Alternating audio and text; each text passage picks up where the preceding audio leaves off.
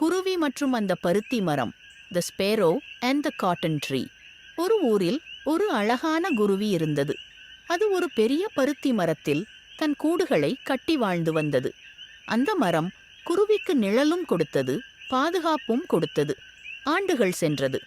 ஒரு நாள் ஒரு வனக்காப்பாளர் அந்த மரத்தை வெட்ட வேண்டும் என்று முடிவெடுத்தார். ஏனெனில் அது பழுதடைந்து விட்டது. அதை பார்த்த குருவி மிகவும் கவலையடைந்தது. அது வனக்காப்பாளரிடம் சென்று கேட்டது, தயவு செய்து இந்த மரத்தை வெட்டாதீர்கள், இது என் வீடு.